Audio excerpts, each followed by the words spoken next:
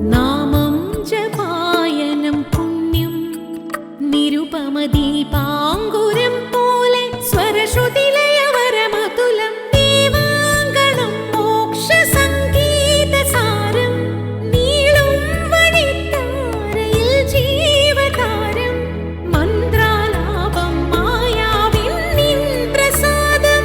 ദീപം ദീപം ദീപം. ഏവർക്കും സന്ധ്യാദീപത്തിലേക്ക് സ്വാഗതം. സുബ്രഹ്മണ്യന്റെ ശക്തിയുടെ രൂപമാണ് കൗമാരി. സുബ്രഹ്മണ്യ ആരാധനയോട് സാമ്യമുള്ള രീതിയാണ് കൗമാരി പ്രീതിക്കായി ചെയ്യേണ്ടത്. ചുവന്ന പുഷ്പങ്ങൾ, പഞ്ചാമൃതം എന്നിവയാണ് കൗമാരിക്ക് പ്രിയമുള്ളവ. ഓം കൗമാരിയെ നമ എന്ന മന്ത്രത്തിലൂടെ ദേവിയെ പ്രീതിപ്പെടുത്താം. കൗമാരഘട്ടത്തിലും നിറഞ്ഞു നിൽക്കുന്ന മാതൃഭാവമാണ് അമ്മയുടെ പ്രത്യേകത.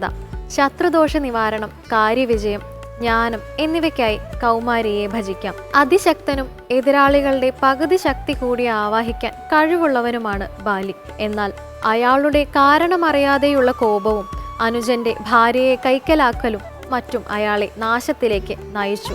ഒടുവിൽ രാമബാണമേറ്റ് ബാലി മോക്ഷം നേടി. ബാലിവധമാണ് ഇന്നത്തെ രാമായണ പാരായണ പ്രമേയം. കേൾക്കാം.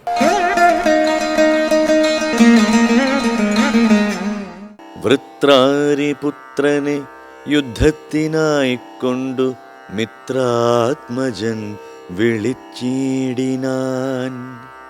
പിന്നെയും ക്രുദ്ധനായി നിന്നു കിഷ്കിന്ധാപുരദ്വാരി കൃത്വാ മഹാസിംഹനാദം രവിസുതൻ ബദ്ധരോഷം വിളിക്കുന്ന നാദം തദാ ശ്രുത്വാതി വിസ്മിതനായോരു ബാലിയും ബദ്ധ്വാ പരികരം യുദ്ധായ സത്വരം ബദ്ധവൈരം പുറപ്പെട്ടോരു നേരത്തു ഭർത്തുരഗ്രേ ചെന്നു ബദ്ധാശ്രുനേത്രയായി മധ്യേ തടുത്തു ചൊല്ലിടിനാൾ താരയും. ശങ്കാവിഹീനം പുറപ്പെട്ടതെന്തൊരു ശങ്കയുണ്ടുള്ളിലെനിക്കതു കേൾക്ക നീ. വിഗ്രഹത്തിങ്കൽ പരാജിതനായി പോയ സുഗ്രീവനാശു വന്നിടുവാൻ കാരണം എത്രയും പാരം പരാക്രമമുള്ളൊരു മിത്രം അവനുണ്ടു പിന്തുണ നിർണയം. ബാലിയും താരയോടാശു ചൊല്ലിടിനാൻ. ബാലേ, ബലാലൊരു ശങ്കയുണ്ടാകൊല കയ്യയച്ചിടു നീ വൈകരുതേതുമേ. നീയൊരു കാര്യം ധരിക്കേണം ഓമലേ. ബന്ധുവായാരുള്ളതോർക്ക സുഗ്രീവനു ബന്ധമില്ലെന്നോടു വൈരത്തിനാർക്കുമേ.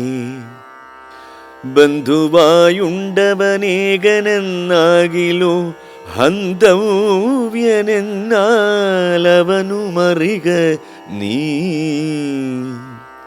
ശത്രുവായുള്ളവൻ വന്നു ഗൃഹാന്തികേ യുദ്ധത്തിനായി വിളിക്കുന്നതും കേട്ടുടൻ ശൂരനായുള്ള പുരുഷനിരിക്കുമോ ഭീരുവായി ഉള്ളിലടച്ചതു ചൊല്ലു നീ. വൈരിയെ കൊന്നു വിരവിൽ വരുവൻ ഞാൻ ധീരത കൈക്കൊണ്ടിരിക്ക നീ വല്ലഭേ. താരയും ചൊന്നാൾ അതു കേട്ടവനോടു വീരശിഖാമണി കേട്ടാലുമെങ്കിൽ നീ കാനനത്തിങ്കൽ നായാട്ടിനു പോയിതു താനേ മമ സുതൻ അംഗദനന്നേരം. കേട്ടോരു ദന്തമെന്നോടു ചൊന്നാൻ, അതു കേട്ടിട്ടു ശേഷം യഥോചിതം പോക നീ. ശ്രീമൽ ദശരഥനാമയോധ്യാധിപൻ രാമനെന്നുണ്ടവൻ തന്നെ നന്ദനൻ. ലക്ഷ്മണനാകും അനുജനോടും നിജ ലക്ഷ്മീ സമയായ സീതയോടും അവൻ വന്നിരുന്നീടിനാൻ ദണ്ഡകാനനെ. വന്യാശനായി തപസ്സു ചെയ്തിടുവാൻ ദുഷ്ടനായുള്ളൊരു രാവണ രാക്ഷസൻ കട്ടുകൊണ്ടാൻ അവൻ തന്നെ പത്നിയെ. ലക്ഷ്മണനോടും അവളെ അന്വേഷിച്ചു തൽക്ഷണം ഋഷ്യമൂകാചലേ വന്നിതു. മിത്രാത്മജനെയും തത്ര കണ്ടിടിനാൻ. മിത്രമായി വാഴ്കയെന്നന്യോന്യമൊന്നിച്ചു സഖ്യവും ചെയ്തുകൊണ്ടാരഗ്നിസാക്ഷിയായി. ദുഃഖശാന്തിക്കങ്ങിരുവരുമായുടൻ വൃത്രാരിപുത്രനെ കൊന്നു കിഷ്കിന്ധയിൽ. മിത്രാത്മജ നിന്നെ വാഴിപ്പൻ എന്നൊരു സത്യവും ചെയ്തു കൊടുത്തിതു രാഘവൻ. രാമ രാമ രാമ രാമ രാമ രാമ പാഹി മാം. രാമൻ തൻ്റെ ശത്രുവല്ലാത്ത ബാലിയെ മറഞ്ഞു നിന്ന് അമ്പെയ്ത് കൊല്ലുകയായിരുന്നു. രാമൻ്റെ ഈ പ്രവൃത്തികളെ പലരും വിമർശിക്കുന്നുണ്ട്. എന്നാൽ നീതിമാനായ രാമൻ്റെ ജനനം തന്നെ ദുഷ്ടനിഗ്രഹത്തിനു വേണ്ടിയുള്ളതായിരുന്നു. ബാലിവധത്തിൻ്റെ ന്യായാന്യായങ്ങളെക്കുറിച്ചറിയാം ഇനി.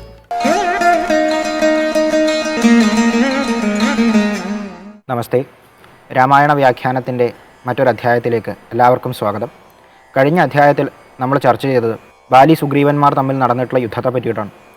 ശ്രീരാമചന്ദ്രസ്വാമി നൽകിയിട്ടുള്ള മനോഹരമായിട്ടുള്ളൊരു പുഷ്പമാല്യം അത് ധരിച്ചിട്ടാണ് സുഗ്രീവൻ യുദ്ധത്തിന് വരുന്നത്. ബാലിയുടെ കഴുത്തിലാണെങ്കിൽ പിതാവായിട്ടുള്ള ഇന്ദ്രൻ കൊടുത്തിട്ടുള്ള മനോഹരമായിട്ടുള്ള മാല്യമാണുള്ളത്. അങ്ങനെ രണ്ടുപേരെയും തിരിച്ചറിയാനുള്ള പാകത്തിന് അടയാളങ്ങൾ ഇരുവർക്കും ഉണ്ട്. അതിഘോരമായിട്ടുള്ള യുദ്ധമാണ് രണ്ടുപേരും തമ്മിൽ നടക്കുന്നത്. രണ്ട് ശൈലങ്ങൾ തമ്മിൽ ഏറ്റുമുട്ടുന്നതുമാതിരി, രണ്ട് സമുദ്രങ്ങൾ തമ്മിൽ ഏറ്റുമുട്ടുന്നതുമാതിരി അത്രയ്ക്ക് ഘോരമായിട്ടുള്ള യുദ്ധം രണ്ടുപേരും തമ്മിൽ നടന്നു. അവസാനം ശ്രീരാമചന്ദ്രസ്വാമി ബാലിയെ വധിക്കുകയാണ്. ബാലിയുടെ ഈ മരണത്തിന് കാരണം അയാളുടെ അധാർമികമായിട്ടുള്ള പ്രവൃത്തിയാണ്. വീരോചിതമായിട്ടുള്ളൊരു മരണം ബാലിക്ക് എന്തുകൊണ്ട് ലഭിച്ചിട്ടില്ല എന്നുള്ള ചോദ്യത്തിന് ഉത്തരം ബാലിയുടെ അധാർമികമായിട്ടുള്ള പ്രവൃത്തിയും തൻ്റെ ശക്തിയിലുള്ള അഹങ്കാരവുമാണ്. തൻ്റെ ശക്തിയിൽ അമിതമായിട്ട് അഹങ്കരിച്ച ബാലി തൻ്റെ വരലബ്ധിയിൽ, തൻ്റെ സിദ്ധികളിൽ അമിതമായിട്ട് വിശ്വസിച്ച് അതിനെ അധാർമികമായിട്ട് ഉപയോഗിക്കുകയാണ് ചെയ്തത്. എവിടെയൊക്കെ സിദ്ധികളുടെയും വരലബ്ധികളുടെയും ശക്തിയുടെയും ഒക്കെ അധാർമികമായിട്ടുള്ള ഉപയോഗം ഉണ്ടാകുന്നുണ്ടോ അതേ സിദ്ധികൾ, അതേ ശക്തികൾ അത് നമുക്ക് തിരിച്ചടിയാവും. പ്രകൃതിയുടെ നിയമം അതാണ്. അത് ബാലിയാണെങ്കിലും സുഗ്രീവനാണെങ്കിലും ഒക്കെ ഈ നിയമത്തെ അനുസരിച്ചുകൊണ്ട് മാത്രമാണ് പ്രവർത്തിക്കുന്നത്. സാക്ഷാൽ ശ്രീരാമചന്ദ്രസ്വാമി ആ പരബ്രഹ്മമൂർത്തി ശരീരമെടുത്തപ്പോൾ ഭഗവാൻ ഈ പ്രകൃതി നിയമത്തെ അനുസരിച്ചാണ് ഓരോ ചുവടും മുന്നോട്ട് നീങ്ങുന്നത്. ഭഗവാൻ ആ നിയമത്തെ ലംഘിക്കുന്നേയില്ല. രാമായണത്തിൽ ഓരോ സന്ദർഭത്തിലും കാണാം ഈ പ്രകൃതി നിയമമാണ് രാമായണത്തിൽ മുഴുവൻ നടപ്പാകുന്നത്. എവിടെയൊക്കെയാണോ നമ്മൾ ശക്തികളുടെയും സിദ്ധികളുടെയൊക്കെ പേരിൽ അധർമ്മത്തിൻ്റെ വഴിയിലേക്ക് പോകുന്നത്, അമിതമായിട്ട് അഹങ്കരിക്കുന്നത്, ആ സമയത്ത് ഈ സിദ്ധികൾ, ഈ ശക്തികൾ നമുക്ക് തിരിച്ചടിയാവും. ബാലിയുടെ കാര്യത്തിലും ഇത് തന്നെയാണ് നടക്കുന്നത്. അവസാനം ബാലി ഭഗവാനോട് ചോദിക്കുന്നുണ്ട്, എന്തിനാണ് എന്നെ വധിച്ചത്?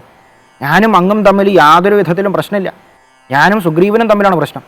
അപ്പോഴും ബാലി സമ്മതിക്കുന്നുണ്ട്, സുഗ്രീവനോട് ചെയ്തത് ശരിയല്ല എന്നുള്ള ബോധ്യം ബാലിക്കുള്ളിലുണ്ട്. അങ്ങെന്തിന് എന്നെ വധിച്ചത്?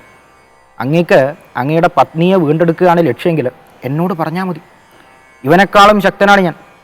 ആ രാവണനെ തന്നെ അങ്ങയുടെ മുന്നിൽ കൊണ്ടുവന്ന് വെക്കാൻ എനിക്ക് ശക്തിയുണ്ട്, ധൈര്യമുണ്ട്. ദേഹബുദ്ധി കൊണ്ട്, ഞാൻ ഈ ദേഹമാണെന്നുള്ള ചിന്ത കൊണ്ട് മനുഷ്യൻ തൻ്റെ ശക്തിയിൽ എത്രത്തോളം അഹങ്കരിക്കുമെന്ന് നമുക്ക് ബാലിയിൽ കാണാം. ഉറപ്പില്ലാത്ത അതീവ ചഞ്ചലമായിട്ടുള്ള മനസ്സിൻ്റെ പ്രതീകമാണ് ബാലി. അങ്ങനെയുള്ള മനസ്സിന് ശക്തികളും സിദ്ധികളും കൂടി കിട്ടിക്കഴിഞ്ഞാൽ അതെപ്രകാരമാണോ കൂടുതൽ അസ്ഥിരമാവുന്നത് അതേ പ്രകാരമാണ് ബാലിയുടെ ജീവിതം. മനസ്സാണ് ബാലി. അടങ്ങാത്ത മനസ്സ്. ആ മനസ്സിന് സിദ്ധികളും ശക്തികളും വരുമ്പോൾ എന്ത് സംഭവിക്കും എന്ന് നമുക്ക് ബാലിയിൽ കാണാം. ആദ്യം മനസ്സിനെ അടക്കുകയാണ് വേണ്ടത്. മനസ്സിനെ ശക്തമാക്കുക, സ്ഥിരമാക്കുക, അചഞ്ചലമാക്കുക. അതിനാണ് ഭഗവാനിലുള്ള ഭക്തി വേണം എന്ന് രാമായണം നമ്മളോട് പറഞ്ഞ് പഠിപ്പിക്കുന്നത്. അപ്പോൾ ഭഗവാൻ പറഞ്ഞു, ഞാൻ അധർമ്മത്തെ നശിപ്പിക്കാൻ വേണ്ടിയിട്ട്, ധർമ്മത്തെ നടത്തുവാൻ വേണ്ടിയിട്ടാണ് ഈ ജന്മം എടുത്തിട്ടുള്ളത്. ശാപബാണങ്ങളും ധരിച്ചിട്ട് ഞാൻ ഭൂമിയിൽ നടക്കുന്നുണ്ടെങ്കിൽ അതിൻ്റെ ലക്ഷ്യം ഒന്ന് മാത്രമാണ്, ധർമ്മത്തെ നടത്തുക, ധർമ്മത്തെ പരിരക്ഷിക്കുക. നീ അധർമ്മം ചെയ്തവനാണ്, അതും മഹാപാപം. കേവലമായിട്ട് അതിനെ അധർമ്മം എന്നൊറ്റ വാക്കുകൊണ്ട് നിർവചിക്കാൻ പറ്റില്ല. മഹാപാപമാണ് ബാലി ചെയ്തത്. പാപികളിൽ വെച്ച് മഹാപാപിയാണ്. കാരണം ഭഗവാൻ പറയുന്നുണ്ട് 5 പേര്: പുത്രി, ഭഗിനി, സഹോദര ഭാര്യ, പുത്രകളത്രം, മാതാവ്. ഈ 5 പേര് ഒരുപോലെയാണ്. ഇപ്പോൾ സഹോദരൻ്റെ ഭാര്യ മാതാവിന് സമയമാണ്. ആ ബന്ധത്തെ ലംഘിച്ചുകൊണ്ട് സുഗ്രീവൻ്റെ പത്നിയായിട്ടുള്ള രുമയെ ബലാത്കാരമായിട്ട് പിടിച്ചു വെച്ചതാണ് ബാലി ചെയ്തിട്ടുള്ള പാപം. ഈ മഹാപാപിയായിട്ടുള്ള നിന്നെ വധിക്കുക എന്നുള്ളത് രാജാവിൻ്റെ ധർമ്മമാണ്. നിൻ്റെ പ്രവൃത്തികൾ കൊണ്ട് തന്നെയാണ്, നിൻ്റെ കർമ്മബന്ധം കൊണ്ട് തന്നെയാണ്, കർമ്മപാശം കൊണ്ട് നീ ബന്ധിതനായതുകൊണ്ടാണ് നിനക്ക് ഇങ്ങനെ ഒരു മരണം കിട്ടിയത്. ചെയ്യുന്ന എല്ലാ കർമ്മങ്ങളും ഈ ശരീരത്തിലിരിക്കുമ്പോൾ നമ്മൾ അനുഭവിച്ച് തീർത്തേ പറ്റൂ. എന്നിട്ടും ശേഷിക്കുന്നത് അനുഭവിക്കാൻ വേണ്ടിയിട്ട് അടുത്ത ശരീരം എടുക്കുക.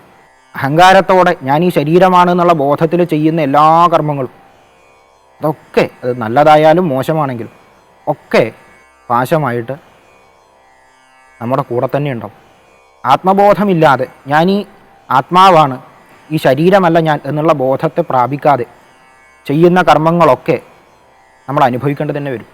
അത് അനുഭവിക്കാൻ വേണ്ടിയിട്ട് അടുത്ത ജന്മങ്ങൾ എടുത്ത് ഈ ജനന മരണങ്ങളുടെ സാഗരത്തിൽ പെട്ട് ഉഴലുകയാണ് മനുഷ്യൻ. അവസാനം ബാലിക്ക് തൻ്റെ തെറ്റ് മനസ്സിലായി. എന്നിട്ട് ഭഗവാനോട് ഈ അസ്ത്രം ഒന്ന് അങ്ങ് ഊരി തരണം എന്ന് പറഞ്ഞു. അതികഠിനമായിട്ടുള്ള ഈ വേദന സഹിക്കാൻ വയ്യ, അതുകൊണ്ട് അങ്ങിത് ഊരിയിട്ട് എനിക്ക് മോക്ഷത്തെ തരണം. ബാലിയുടെ മരണവാർത്ത അറിഞ്ഞിട്ട് താര അതീവ ദുഃഖിതയായിട്ട് വന്നിട്ട് കരയാണ്. ബാലിയുടെ കാൽക്കൽ വന്ന് വീണ് നെഞ്ചത്തടിച്ച് കരയാണ്. എന്നിട്ട് പറഞ്ഞു, ഭഗവാനെ, അങ്ങ് ഇദ്ദേഹത്തെ കൊന്നതുമാതിരി എന്നെയും കൊല്ലുക, അതെങ്കിലും ചെയ്തു തരാം. സുഗ്രീവൻ രാജ്യഭാരം അനുഭവിക്കുക, സുഖങ്ങളൊക്കെ അനുഭവിച്ചിട്ട് ഇവിടെ കഴിയുക രൂമയോട് കൂടിയിട്ട് എന്ന് പറഞ്ഞു. അപ്പോൾ താരയുടെ ഈ അജ്ഞതയെ നീക്കാൻ വേണ്ടിയിട്ട്, ശരീരബുദ്ധിയാണ് താരയുടെ ഈ അജ്ഞതയ്ക്ക് കാരണം എന്ന് മനസ്സിലാക്കിയിട്ട് ഭഗവാൻ ആത്മജ്ഞാനത്തെ വെളിവാക്കി കൊടുക്കുന്നുണ്ട്. അതാണ് വളരെ പ്രസിദ്ധമായിട്ടുള്ള താരോപദേശം. താരോപദേശത്തിൽ വിസ്തൃതമായിട്ടുള്ള ഈ ഭാഗത്ത് ഭഗവാൻ പറഞ്ഞു കൊടുക്കുന്നത് ദേഹേന്ദ്രിയാദികളിൽ നിന്ന് വേറിട്ട്, സുഖദുഃഖങ്ങളിൽ നിന്നൊക്കെ വേറിട്ട് സാക്ഷിഭാവത്തിലിരിക്കണ ആത്മാവിനെ പറ്റിയിട്ടാണ്. അതിന് യാതൊന്നും സംഭവിക്കണില്ല, യാതൊന്നും അത് അനുഭവിക്കുന്നില്ല. എന്നാൽ മനസ്സിൻ്റെ ക്രീഡ കൊണ്ട് മായാബന്ധത്തിൽ പെട്ടിട്ടുള്ള മനുഷ്യൻ ഇതൊക്കെ അനുഭവിക്കുന്നത് ആത്മാവാണ് തെറ്റിദ്ധരിക്കും. ഭഗവാൻ പറയുന്ന മനോഹരമായിട്ടുള്ളൊരു ഉപമയുണ്ട് താരയോട്. എപ്രകാരമാണോ രത്നത്തിൽ ചോരക്കറ പറ്റിക്കഴിഞ്ഞാൽ ആ നിറം, ചോരയുടെ നിറം രത്നത്തിനും ഭവിക്കുന്നത്, അതേമാതിരിയാണ് ആത്മാവിൻ്റെ കാര്യം. യഥാർത്ഥത്തിൽ രത്നത്തിൻ്റെ നിറം മാറുന്നില്ല. ആ ചോരക്കറ പുരളുന്നത് കൊണ്ട് നമ്മൾ തെറ്റിദ്ധരിക്കുകയാണ് രത്നത്തിന് ചുവപ്പ് നിറായി. അതേമാതിരി മനസ്സിൻ്റെ ഈ ക്രീഡ, മായയുടെ ഈ ബന്ധം, ഇതൊക്കെ നിമിത്തം മനുഷ്യൻ തെറ്റിദ്ധരിക്കുകയാണ് ആത്മാവ് ഇതൊക്കെ അനുഭവിക്കുന്നുണ്ട്, കർമ്മങ്ങൾ ചെയ്യുന്നുണ്ട്. ഇതൊന്നും ചെയ്യാതെ സാക്ഷിഭാവത്തിൽ പരമസ്വാതന്ത്ര്യത്തെ, പരമാനന്ദത്തെ അനുഭവിച്ചിരിക്കുന്ന ആത്മസ്വരൂപത്തിന് ഒരു രൂപമുണ്ടെങ്കിൽ അതാണ് ശ്രീരാമചന്ദ്രസ്വാമി. ആ രൂപത്തെ സാഷ്ടാംഗം നമസ്കരിച്ചുകൊണ്ട്, താരയുടെ ഭഗവത് ഭക്തിയെ നമസ്കരിച്ചുകൊണ്ട് ഇന്നത്തെ അധ്യായം നമുക്ക് അവസാനിപ്പിക്കാം.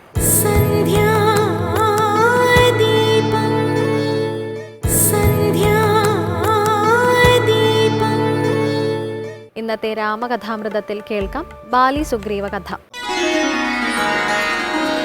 എല്ലാവർക്കും ഹൃദയം നിറഞ്ഞ നമസ്കാരം. കഥേമമ്മയുടെ ഇന്നത്തെ അധ്യായത്തിലേക്ക് എല്ലാവർക്കും ഹാർദമായ സ്വാഗതം. രാമായണത്തിൽ ഏറ്റവും പ്രസിദ്ധമായിട്ടുള്ളൊരു ഭാഗമാണ് കിഷ്കിന്ധാകാന്ഡം. നമുക്കറിയാം, ശ്രീരാമസ്വാമി രാവണനെ നേരിടാനായിട്ട് പോയത് അദ്ദേഹത്തിൻ്റെ സഹോദരനായിട്ടുള്ള ലക്ഷ്മണനോടൊപ്പം മാത്രമായിരുന്നില്ല. ഭഗവാൻ ഒരു സേനയുണ്ടായിരുന്നു, വാനരസേന അല്ലേ. സുഗ്രീവൻ എന്ന് പറയുന്ന രാജാവിനൊപ്പം, ഹനുമാൻ എന്ന് വിളിക്കപ്പെടുന്ന അദ്ദേഹത്തിൻ്റെ മന്ത്രിയോടൊപ്പം, ജാംബവാൻ തുടങ്ങിയിട്ടുള്ള വീരന്മാരോടൊപ്പമാണ് ഭഗവാൻ രാവണനെ നിഗ്രഹിക്കാനായി യുദ്ധത്തിനായിട്ട് പോകുന്നത്. എവിടെ വെച്ചാണ് ഭഗവാന്റെ ജീവിതത്തിലേക്ക് ഈ വാനര സൈന്യം ഒപ്പം ചേരുന്നത്? അതിലേറ്റവും പ്രധാനപ്പെട്ട പങ്ക് വഹിച്ച രണ്ട് വാനരന്മാരെ കുറിച്ചാണ് ഇന്നത്തെ അധ്യായത്തിൽ നമ്മൾ സംസാരിക്കുന്നത്. ഒരാളുടെ പേര് ബാലി, മറ്റൊരാളുടെ പേര് സുഗ്രീവൻ. ബാലി സുഗ്രീവ യുദ്ധവും അവരുടെ ചരിത്രമാണ് ഇന്നത്തെ നമ്മുടെ വിഷയം. പണ്ട് സൂര്യന്റെ തേരാളിയായിരുന്ന അരുണൻ, അദ്ദേഹത്തിന് ഇന്ദ്രനിൽ നിന്ന് ജനിച്ച ആളാണ് ബാലി. സൂര്യനിൽ നിന്ന് അദ്ദേഹത്തിന് ജനിച്ച ആളാണ് സുഗ്രീവൻ. ഇവരായിരുന്നു കിഷ്കിന്ധയിലെ ഭരണാധികാരികൾ. അതിൽ മഹാരാജാവിൻ്റെ സ്ഥാനം മൂത്ത ആള് എന്നുള്ള നിലയിൽ എപ്പോഴും ബാലിക്കായിരുന്നു. ഏട്ടനും അനിയനും തമ്മിൽ വലിയ സ്നേഹമായിരുന്നു. എപ്പോഴും ഒരുമിച്ചാണ് എപ്പോഴും സഞ്ചരിക്കുക, അത്ര കണ്ട അടുത്ത ബന്ധം. ആ ഇടയ്ക്ക് അവിടെ മായാവി എന്ന് പറയുന്ന ഒരു അസുരൻ വന്ന് ബാലിയെ സന്ധ്യാസമയത്ത് യുദ്ധത്തിന് വിളിച്ചു. സുഗ്രീവൻ പറഞ്ഞു, ഏട്ടാ ഇത് സന്ധ്യാസമയമാണ്, ഈ സമയത്ത് ഈ രാക്ഷസന്മാർക്കൊക്കെ ശക്തി കൂടുന്ന സമയമാണ്, അതുകൊണ്ട് ഇപ്പം തൽക്കാലം നമുക്ക് യുദ്ധത്തിന് പോകണ്ട, രാവിലെ ആയിട്ട് യുദ്ധത്തിന് പോകാം. എന്നാൽ ബാലിക്കാവട്ടെ ഒരാൾ തന്നെ വന്ന് യുദ്ധത്തിന് വിളിച്ചാൽ അദ്ദേഹത്തിന് പോവാതിരിക്കാൻ കഴിയില്ല. അത്രയധികം പോരാട്ട വീര്യാണ്. അദ്ദേഹത്തിന് കുറേ വരങ്ങളും കിട്ടിയിട്ടുണ്ട്. ഏറ്റവും പ്രകടമായിട്ട് അദ്ദേഹത്തിന് കിട്ടിയ വരമാണ് ആരാണോ തന്നോട് എതിരിടാൻ വരുന്നത് അയാളുടെ പകുതി ബലം ബാലിക്ക് കിട്ടുന്നുള്ളതുമാണ്. അങ്ങനെ ഈ മായാവിയായിട്ട് ബാലി യുദ്ധം തുടങ്ങി. ഈ മായാവിയുടെ കയ്യിൽ നിന്നുള്ള മാന്ത്രിക വിദ്യകളൊന്നും തന്നെ ബാലിയെ പരാജയപ്പെടുത്താൻ സാധിച്ചില്ല. ബാലിയുടെ കയ്യിൽ നിന്ന് നല്ല അടി നമ്മുടെ മായാവിക്ക് കിട്ടി. അദ്ദേഹം ഈ ബാലിയുടെ കയ്യിൽ നിന്നുള്ള അടി ഭയന്ന് അദ്ദേഹം ഓടിയെന്നാണ്. ദൂരെ ഒരു ഗുഹയിൽ ചെന്ന് കയറി, ബാലിയാണെങ്കിൽ നിന്നെ ഞാൻ കൊല്ലാതെ വിടില്ല എന്ന് പറഞ്ഞ് അദ്ദേഹവും പുറകിൽ പോയി ആ ഗുഹയ്ക്കകത്ത് കയറി. കുറേ സമയം കഴിഞ്ഞിട്ടും ആരെയും പുറത്തേക്ക് കാണുന്നില്ല. പാവം അനുജനായിട്ടുള്ള സുഗ്രീവനാണെങ്കിൽ ഏട്ടൻ ഇപ്പം പുറത്ത് വരുമെന്ന് കരുതി പുറത്തിരിക്കുന്നുമുണ്ട്. കുറേ സമയം കഴിഞ്ഞപ്പോൾ അവിടെ നിന്ന് കേട്ടത് ബാലിയുടെ ഉറക്കെയുള്ള നിലവിളിയായിരുന്നു, അനിയാ സുഗ്രീവ എന്ന്. പാവം സുഗ്രീവൻ കരുതി മായാവി എന്തോ ചതിയിലൂടെ ഏട്ടനെ വധിച്ചു, ഇനി ഏട്ടൻ തിരിച്ചു വരില്ല. എന്നാൽ മായാവിനെ വെറുതെ വിടണ്ടെന്ന് കരുതി അദ്ദേഹം വലിയൊരു കല്ലെടുത്ത് ഈ ഗുഹ അടച്ചു എന്നുമാണ്. തിരിച്ച് അദ്ദേഹം കിഷ്കിന്ധയിലേക്ക് പോയി രാജ്യം അനാഥാവരുത് എന്നുള്ള മഹാത്മാക്കളുടെ ഉപദേശം സ്വീകരിച്ച് അദ്ദേഹം കിഷ്കിന്ധയിൽ രാജാവുമായി. എന്നാൽ യഥാർത്ഥത്തിൽ ബാലി മരിച്ചിരുന്നില്ല. ഇത് മായാവിയുടെ ഒരു ചതിപ്രയോഗമായിരുന്നു. ബാലി ഈ കല്ലൊക്കെ പുറത്തേക്ക് തട്ടിയിട്ട് കിഷ്കിന്ധയിലേക്ക് വന്ന് നീ എന്നെ ചതിച്ച് രാജാവായില്ലേ എന്ന് പറഞ്ഞ് സുഗ്രീവനെ കൊല്ലാൻ നോക്കി. സുഗ്രീവനാണെങ്കിൽ ജീവനും കൊണ്ട് ബാലി വരാത്തൊരു സ്ഥലം അവിടെ അടുത്തുണ്ടായിരുന്നു, ഋഷ്യമുഖാചലം എന്ന് വിളിക്കപ്പെടുന്ന ഒരു പർവ്വതം. അവിടെ ചെന്ന് പാർക്കാൻ തുടങ്ങിയതാണ്. സീതാന്വേഷണത്തിനായിട്ട് ഭഗവാൻ ശ്രീരാമചന്ദ്രസ്വാമിയും ലക്ഷ്മണനും ആ വഴി സഞ്ചരിക്കുന്ന സമയത്താണ് സാക്ഷാൽ ശ്രീരാമചന്ദ്രസ്വാമിയും സുഗ്രീവനും തമ്മിൽ ഒരു സഖ്യം ഉണ്ടാവുന്നത്. രാവണനെ കൊല്ലാനും സീതയെ വീണ്ടെടുക്കാനും ഞാനും എൻ്റെ സൈന്യവും അങ്ങയെ സഹായിക്കാം എന്ന് സുഗ്രീവൻ ഭഗവാനോട് പറയുന്നു. ബാലിയെ കൊല്ലാനും ഒപ്പം സുഗ്രീവന്റെ ഭാര്യയായിട്ടുള്ള രുമയെ വീണ്ടെടുക്കാനും കിഷ്കിന്ധയിലെ രാജാവാക്കി അങ്ങയെ അഭിഷേകം ചെയ്യാനും ഞാനും സഹായിക്കാമെന്ന് രാമനും വാക്കുകൊടുക്കുന്നു. ഇവിടെ വെച്ചാണ് ഹനുമാൻ സ്വാമി ഭഗവാന്റെ ജീവിതത്തിലേക്ക് കടന്നു വരുന്നത്. അങ്ങനെയാണ് ബാലി സുഗ്രീവ യുദ്ധം പിന്നീട് നടക്കുന്നത്. സാക്ഷാൽ ഇന്ദ്രൻ കൊടുത്ത താമരപ്പൂക്കൾ കൊണ്ടുള്ളൊരു മാല, അത് സ്വർണത്തിന്റെ താമര എന്നാ പറയാ, അങ്ങനെ ഒരു മാല എപ്പോഴും ബാലി കഴുത്തിൽ ധരിക്കുമായിരുന്നു അത്ര. ആ മാലയും ധരിച്ചുകൊണ്ടാണ് സുഗ്രീവനുമായിട്ടുള്ള യുദ്ധത്തിന് ബാലി ഇറങ്ങി വരുന്നത്. പല സമയത്തും സുഗ്രീവൻ പരാജയപ്പെടുന്നു. ഭഗവാന് അസ്ത്രം അയക്കുന്ന സമയത്ത് ബാലി ആരാണ് സുഗ്രീവൻ ആരാണെന്ന് മനസ്സിലാക്കാൻ സാധിച്ചില്ല. ബാലിയുടെ കഴുത്തിൽ ഈ ഒരു മാലയുണ്ട്. ഭഗവാൻ മനോഹരമായിട്ടുള്ളൊരു പുഷ്പമാല എടുത്ത് സുഗ്രീവന് ചാർത്തി കൊടുത്തു എന്നാണ്. അങ്ങനെ ബാലി സുഗ്രീവ യുദ്ധം നടക്കുന്ന സമയത്ത് ഒളിയമ്പ് ചെയ്തുകൊണ്ട് ഭഗവാൻ ബാലിയെ നിഗ്രഹിക്കുന്നു. ആ സമയത്ത് ബാലിയുടെ ചോദ്യങ്ങളുണ്ട് ഭഗവാനോട്. അങ്ങ് ധർമ്മത്തിൻ്റെ പ്രതിപുരുഷനല്ലേ ഭഗവാനെ, അങ്ങ് എന്നെപ്പോലെ ഒരാളെ വധിക്കുന്നത് ധർമ്മമാണോ? അങ്ങേക്ക് എന്നോട് ശത്രുതയുണ്ടെങ്കിൽ നേരിട്ടല്ലേ ആക്രമിക്കേണ്ടത്? ഈ ഒളിയമ്പ് ചെയ്ത് കൊല്ലുന്നത് എവിടത്തെ ധർമ്മമാണെന്നൊക്കെ രാമൻ കൃത്യമായിട്ട് ഉത്തരം പറഞ്ഞു കൊടുക്കുന്നുണ്ട്. സുഗ്രീവന്റെ ഭാര്യയായിട്ടുള്ള രുമ നിനക്ക് സഹോദരിയുടെ സ്ഥാനത്തായിരുന്നു. നീ ആ സമയത്ത് അവളോട് ചെയ്ത അതിക്രമം ഒരിക്കലും ധർമ്മത്തിന് നിരക്കുന്നതല്ല. ആ അധർമ്മം പ്രവർത്തിച്ച് നിന്നെയാണ് ഞാൻ വധിച്ചത്, അതിൽ തെറ്റില്ല എന്നാണ് ഭഗവാൻ ബാലിക്ക് പറഞ്ഞു കൊടുക്കുന്ന ന്യായം. എന്തായാലും ആ ബാലിക്ക് മനസ്സിലായി തൻ്റെ മുമ്പിൽ നിൽക്കുന്നത് ഒരു മനുഷ്യരൂപത്തിലുള്ള രാമനല്ല, അത് സാക്ഷാൽ നാരായണൻ തന്നെയാണ് എന്നുള്ള ബോധ്യം അദ്ദേഹത്തിന് ഉണ്ടായി എന്നാണ്. അങ്ങനെ തൻ്റെ മകനായിട്ടുള്ള അങ്കദനെയും ഭാര്യയായിട്ടുള്ള താരയെയും ചേർത്ത് പിടിച്ചുകൊണ്ട് ബാലി ഭഗവാനെ മുന്നിൽ കണ്ടുകൊണ്ട് ദേഹം ഉപേക്ഷിക്കുകയാണ് ചെയ്യുന്നത്. ശേഷം സുഗ്രീവനെ കിഷ്കിന്ധയിലെ ചക്രവർത്തിയായിട്ട് ഭഗവാൻ വാഴിക്കുന്നതും അദ്ദേഹത്തിൻ്റെ പിന്നീടുള്ള രാജ്യഭരണകാലവും ഭഗവാന് കൊടുത്ത വാക്ക് സുഗ്രീവൻ മറന്നു പോകുന്നതും ലക്ഷ്മണസ്വാമി അത് ഓർമ്മിപ്പിക്കുന്നതും ഒക്കെയാണ് പിന്നീടുള്ള രാമായണത്തിൽ നമ്മൾ കാണുന്നത്. അവിടം തൊട്ടാണ് സീതാന്വേഷണത്തിനായിട്ട് വാനര സൈന്യം ഇറങ്ങി പുറപ്പെടുന്ന രംഗങ്ങളൊക്കെ വരുന്നത്. തുടർന്നുള്ള അധ്യായങ്ങളിൽ ആ കഥകളൊക്കെ നമുക്ക് സാധിക്കുന്നത് പോലെ ഭഗവാൻ അനുഗ്രഹം കൊണ്ട് കേൾക്കാൻ സാധിക്കട്ടെ എന്ന് ഭഗവാനോട് പ്രാർത്ഥിച്ചുകൊണ്ട് ബാലിയെ വധിച്ചു നിൽക്കുന്ന ആ കോദണ്ഡധാരിയായിട്ടുള്ള ശ്രീരാമചന്ദ്രനെ സാഷ്ടാംഗം നമസ്കരിച്ചുകൊണ്ട് ഇന്നത്തെ അധ്യായത്തിൽ നിന്ന് വിടവാങ്ങുന്നു. അടുത്ത രാമകഥയുമായി വീണ്ടും കാണുന്നതുവരെ എല്ലാവർക്കും നന്ദി, നമസ്തേ.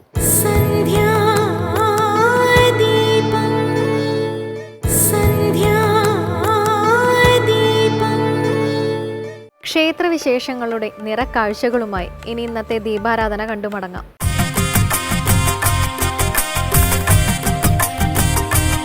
പുഷ്പഗിരി സീതാരാമസ്വാമി ക്ഷേത്രം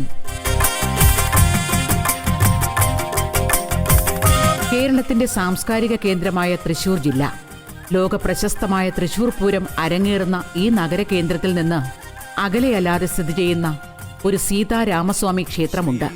നഗരപരിധിയിൽ ഉൾപ്പെട്ട പൂങ്കുന്നത്ത് പുഷ്പഗിരി അഗ്രഹാരത്തിന് അലങ്കാരമായി സ്ഥിതി ചെയ്യുന്ന നിരവധി പ്രത്യേകതകളുള്ള ക്ഷേത്രം.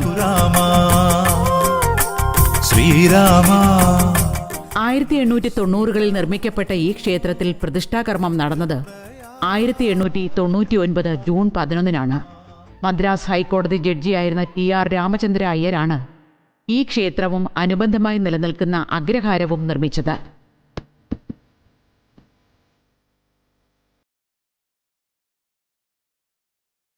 ക്ഷേത്രനിർമ്മിതിക്ക് കാരണമായ സംഭവകഥ ഇങ്ങനെയാണ്. ജോലിയിൽ നിന്ന് വിരമിച്ച രാമചന്ദ്ര അയ്യർ തൃശൂരിലെ പൂങ്കുന്നത്ത് ഒരു വീട് പണിത് താമസം ആരംഭിച്ചു. തന്റെ പൂജാമുറിയിൽ വച്ച് ആരാധിക്കുന്നതിനായി ഒരു സീതാരാമ വിഗ്രഹം വേണമെന്ന് രാമഭക്തനായ അദ്ദേഹം ആഗ്രഹിച്ചു. ഇതിനായി തമിഴ്നാട്ടിലെ തിരുനെൽവേലിയിൽ നിന്ന് ഒരു ശില്പിയെ വരുത്തി അദ്ദേഹം വിഗ്രഹം നിർമ്മിക്കാൻ ചുമതലപ്പെടുത്തി. എന്നാൽ വിഗ്രഹ നിർമ്മാണം പൂർത്തിയായപ്പോൾ പൂജാമുറിയിൽ വയ്ക്കാൻ കഴിയുന്നതിലും വലിപ്പത്തിലുള്ളതും അതിമനോഹരവുമായ വിഗ്രഹമാണ് തയ്യാറായത്. അത്തരത്തിലുള്ള വിഗ്രഹം വീട്ടിൽ വച്ച് പൂജിക്കാതെ ക്ഷേത്രം നിർമ്മിച്ച് പ്രതിഷ്ഠിക്കാൻ അദ്ദേഹത്തിന് സ്വപ്ന ദർശനമുണ്ടായി. അതിന്റെ അടിസ്ഥാനത്തിലാണ് ക്ഷേത്രം നിർമ്മിച്ചത്.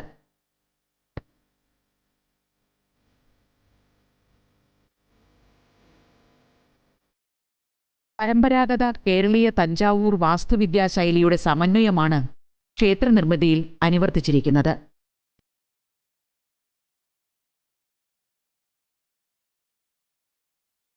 ക്ഷേത്രമുറ്റത്ത് സ്ഥാപിച്ചിട്ടുള്ള 55 അടി ഉയരമുള്ള ഹനുമാൻ പ്രതിഷ്ഠയാണ് ക്ഷേത്രത്തിൻ്റെ മറ്റൊരു പ്രത്യേകത.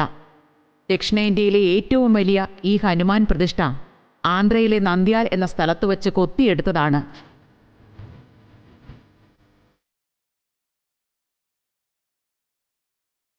ഈ ക്ഷേത്രത്തിലെ സ്വർണ്ണരഥം ഏഷ്യയിലെ തന്നെ ഏറ്റവും വലിയ സ്വർണ്ണരഥം എന്ന് വിശേഷിപ്പിക്കാവുന്നതും രാമരാവണ യുദ്ധാനന്തരം ഇന്ദ്രൻ രാമന് നൽകിയ രഥത്തിന്റെ സങ്കല്പത്തിൽ പണികഴിപ്പിച്ചതുമാണ്.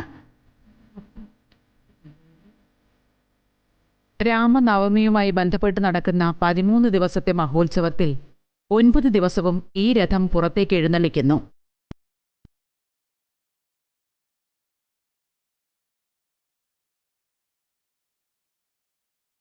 രാമനവമി ദിനത്തിൽ 50 അടിയിലധികം ഉയരമുള്ള തടിയിൽ തീർത്ത രഥത്തിലാണ് ദേവീദേവന്മാർ പുറത്തേക്ക് എഴുന്നള്ളുക.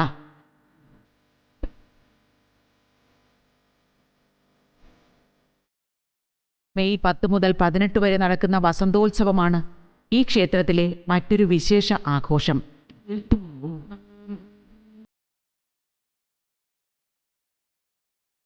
സ്വർണം പൊതിഞ്ഞ 3 ശ്രീകോവിലുകൾ, സ്വർണ്ണരഥം, സ്വർണ്ണക്കൊടിമരം എന്നിവ ഈ ക്ഷേത്രത്തിന്റെ പ്രൗഢി വിളിച്ചോതുന്നു.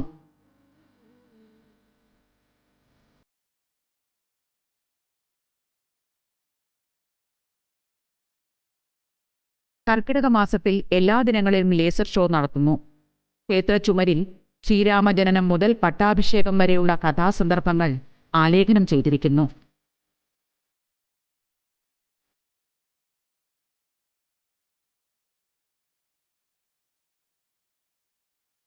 പുഷ്പഗിരി സീതാരാമസ്വാമി ക്ഷേത്ര പരിസരത്തെത്തുമ്പോൾ രാമന്റെ ഭരണകാലത്തെ അയോധ്യ നഗരിയിൽ നാം എത്തി നിൽക്കുന്നതായി തോന്നിയേക്കാം.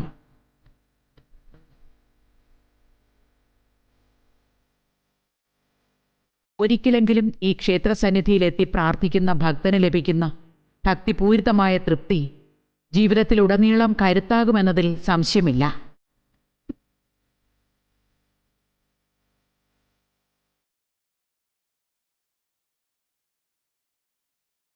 സീതാരാമന്മാർ ഹനുമത് ഹൃദയങ്ങളിൽ എങ്ങനെ വിളങ്ങുന്നോ അതുപോലെ ഈ ക്ഷേത്രപ്രതിഷ്ഠയും നമ്മുടെ ഹൃദയങ്ങളിൽ ചിരകാലം കുടികൊള്ളട്ടെ. ശ്രീരാമജയം സീതാരാമജയം.